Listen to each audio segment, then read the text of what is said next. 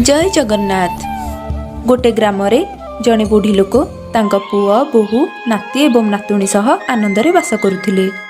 भगवान श्रीहरि कृपारू तांकर अन्न धन सुख एवं शांति कौथिरे भी टिके भी हेले उणा नथिला।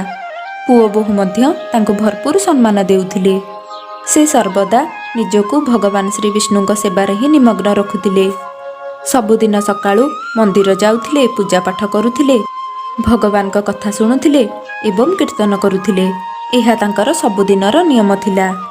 दिने तांका सान पुओ आसी तांको कहिला, माँ तुमे सर्वदा अत्यंत श्रद्धार सह भगवान श्रीहरिंकर पूजा पाठ करुछ, जहाद्वारा भगवान का आशीर्वाद मध्य तुम उपरे अछि एवं भगवान का कृपारू आम घरे कौनसी थिरे किछि भी अभाव नाही।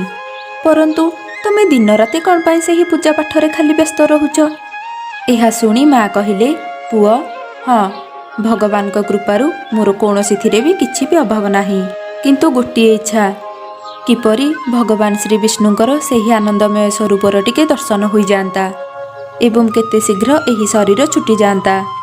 माँ ठारू एपरि कथा सुनी पुओ हसिबाकु लागिला एवं कहिला, माँ भगवान एपरि मिलंती नाही।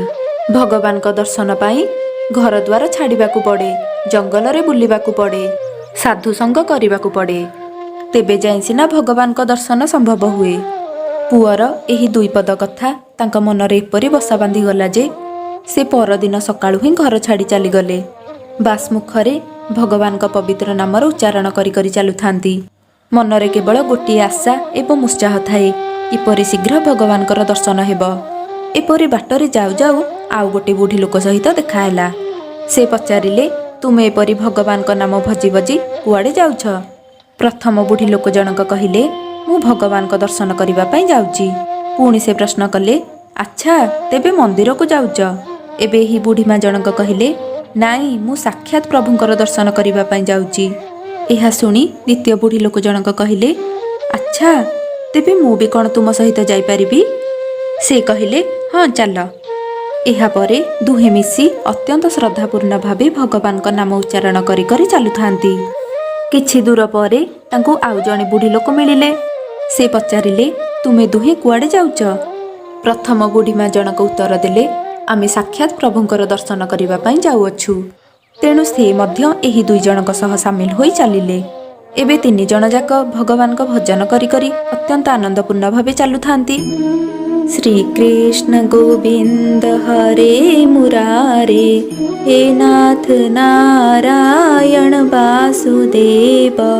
श्री कृष्ण गोविंद हरे मुरारे, हे नाथ नारायण वासुदेव। एपरि भजन करी करी चलुथांती। एबे वैकुंठ लोकरे बसी भगवान श्री विष्णु एमानक कार्यकलाप को लक्ष्य करुथांती। एही तीन जन मोर भजन करुचंती, मोर दर्शन पाई लालायित अछंती। भगवान चिंता कले, एबे एमानकर गोटे परीक्षा करा जाऊ। तेणु परीक्षा नेबा पाई भगवान गोटे पुटुली रे बहुत गुड़े सुना मोहर भर्ती करी सेमानक जाउथिबा पथरे पकाई देले। प्रथम बुढ़ी माँ भजन करी करी ताकू न देखी आगक बढ़ी गले। द्वितीय बुढ़ी माँ मध्य तांक ध्यान रे अत्यंत मग्न थिले, किंतु तृतीय जनक जाऊ जाऊ तांक गोड़रे सेही पुटुलीटी बाजिला। से ताकू उठाई देखंती तो सेथिरे बहुत गुड़े सुना मोहर भरी रहिछि। ताकू देखी से अत्यंत खुशी होई गले एवं भाबिले, भगवान मो उपरे कृपा करिजंती। तेणु से सेही सुना मोहर गुड़ी को धरी घर को फेरिबा उद्देश्य रे चली गले। एबे यांकू देखी भगवान उपरे थाई मंद मंद हसिले। एबे आर दुई जन चलुथांती। भगवान पुणी गोटे बड़ सुनार इटा तांक जीवा पथरे पकई देले। चालू चालू प्रथम बुढ़ी माँ पादरे से इटा बाजिला सत, किंतु सेथिरे से ध्यान न दे भगवान का नाम रे संपूर्ण भाव निमग्न हुई आगक बढ़ी गले। एबे द्वितीय बुढ़ी माँ पादरे मध्य से इटाटी बाजिला। से ताकू उठाइले एवं सुनार इटा देखि आश्चर्य होई गले एवं भाबिले, जदि भगवान मते धन देलेनी तेबे बनरे बुलिबार कौन आवश्यक। तेणु एपरि चिंता करी से भी घर को फेरी गले। एबे प्रथम बुढ़ी माँ एकुटिया चलुथांती। श्री कृष्ण गोविंद हरे मुरारे, हे नाथ नारायण वासुदेव। एपरि भगवान को नाम उच्चारण करी करी अत्यंत ध्यानमग्न होई से चलुथांती। एबे भगवान तांका परीक्षा को टिके प्रबल करिदेले। ବୁଢ଼ୀ ମାଙ୍କ ଯିବା ପଥରେ ସୁନା ହୀରା ନୀଳା ମୋତି ମାଣିକରେ ଏକ ଗଦା କରିଦେଲେ ଏବଂ ତା ଉପରେ ତାଙ୍କୁ ଗଡ଼ାଇ ଦେଲେ। ଏବେ ବୁଢ଼ୀମା ଏସବୁ ଦେଖି ଭାବିଲେ, ଏହି ନିକାଞ୍ଚନ ରାସ୍ତାରେ ଏତେ ସୁନା ହୀରା ମୋତିର ଗଦା କୁଆଡ଼ୁ ଆସିଲା? କିନ୍ତୁ ଏସବୁ ଦେଖି ତାଙ୍କ ମନରେ ଟିକିଏ ହେଲେ ବି ଲୋଭ ଆସିଲା ନାହିଁ। ଏହା ଦେଖି ସେ ଠିକ୍ ବୁଝିଗଲେ ଯେ ଭଗବାନ ତାଙ୍କର ପରୀକ୍ଷା ନେଉଛନ୍ତି। ତେଣୁ ସେ କହିବାକୁ ଲାଗିଲେ, ହେ ପ୍ରଭୁ, ବହୁତ ଶସ୍ତାରେ ଆପଣ ନିଜର ପିଛା ଛୁଟେଇବାକୁ ଚାହୁଁଛନ୍ତି।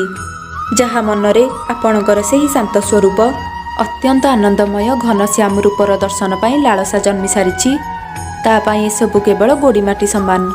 ଏହା କହି ସେ ଆଗକୁ ବଢ଼ିଗଲେ। ଜୟ ଶ୍ରୀ ବିଷ୍ଣୁ, ଜୟ ଶ୍ରୀ ବିଷ୍ଣୁ କହି କହି ଆଗକୁ ଚାଲୁଥାନ୍ତି। ହଠାତ୍ ପ୍ରବଳ ଜୋରସୋରେ ବର୍ଷା, ପବନ ଏବଂ ବିଜୁଳି ମାରିଲା। କିନ୍ତୁ ଏଥିପ୍ରତି ତାଙ୍କର ତିଳେ ମାତ୍ର ବି ଖାତିର ନଥିଲା। ସେ କଷ୍ଟ ସହି ଚାଲୁଥିଲେ ସତ, କିନ୍ତୁ ଦୟାଳୁ ଭଗବାନ ତାଙ୍କ କଷ୍ଟ ଦେଖି ଆଉ ସହିପାରିଲେ ନାହିଁ। ତେଣୁ ତୁରନ୍ତ ତାଙ୍କ ଯିବା ପଥରେ ପ୍ରକଟ ହୋଇଗଲେ। ଦର୍ଶନ ଦେଇ କହିଲେ, ହେ ମା, କ'ଣ ବର ମାଗୁଛୁ ମାଗ। ଏହା ଶୁଣି ବୁଢ଼ୀମା ଜଣଙ୍କ କହିଲେ, ହେ ପ୍ରଭୁ, ମୋର ଗୋଟିଏ ମାତ୍ର ଲାଳସା ଥିଲା ଆପଣଙ୍କର ଦର୍ଶନ, ଯାହା ଆପଣ କୃପା ପ୍ରଦର୍ଶନ କରି ନିଜର ଦର୍ଶନ ଦେଇ ମୋ ଜୀବନକୁ ସଫଳ କରିଦେଇଛନ୍ତି। ଆଖିରୁ ଧାର ଧାର ଲୁହ ବୋହି ଯାଉଥାଏ। ଅତ୍ୟନ୍ତ ଭକ୍ତିଭାବପୂର୍ଣ୍ଣରେ ସେ ଭଗବାନଙ୍କ ଚରଣ ତଳେ ଖସି ପଡ଼ିଲେ ଏବଂ ସେଇଠି ଭଗବାନଙ୍କ ପଦ୍ମଚରଣ ତଳେ ହିଁ ସେ ତାଙ୍କର ଶେଷ ନିଶ୍ୱାସ ତ୍ୟାଗ କଲେ। ଏହାପରେ ତୁରନ୍ତ ବୈକୁଣ୍ଠ ଲୋକରୁ ଏକ ବିମାନ ଆସିଲା ଏବଂ ଭଗବାନ ସେଥିରେ ତାଙ୍କୁ ନେଇ ବୈକୁଣ୍ଠ ଲୋକ ଚାଲିଗଲେ। ତେଣୁ ସାଙ୍ଗମାନେ, ମନୁଷ୍ୟ ଜୀବନର ପ୍ରକୃତ ସୁଖ, ଶାନ୍ତି ଏବଂ ସଫଳତା ସୁନା, ରୂପା, ହୀରା କି ଧନ ସମ୍ପତ୍ତି ପାଇଯିବାରେ ନୁହେଁ, ବରଂ ଭଗବାନ ଶ୍ରୀହରିଙ୍କ ପଦ୍ମଚରଣର ଭକ୍ତି ପ୍ରାପ୍ତ କରିବାରେ ଅଟେ ଏବଂ ବୈକୁଣ୍ଠ ଲୋକ ଯାଇ ସାକ୍ଷାତ ଭଗବାନଙ୍କର ଦର୍ଶନ କରି ଏବଂ ଭଗବାନଙ୍କର ସେବା କରିବାରେ ଅଟେ। ଯଦି ଯିଏ ଥରେ ବୈକୁଣ୍ଠ ଲୋକ ଚାଲିଯାଏ, ତେବେ ତାକୁ ଆଉ ଦ୍ୱିତୀୟବାର ଏହି ଦୁଃଖପୂର୍ଣ୍ଣ ସଂସାରରେ ଜନ୍ମ ନେବାକୁ ପଡ଼ିବ ନାହିଁ କି ଜନ୍ମ ମୃତ୍ୟୁର ଏହି ଭୟଙ୍କର ଚକ୍ରରେ ଆଉ ଭ୍ରମୀ ହେବାକୁ ପଡ଼ିବ ନାହିଁ।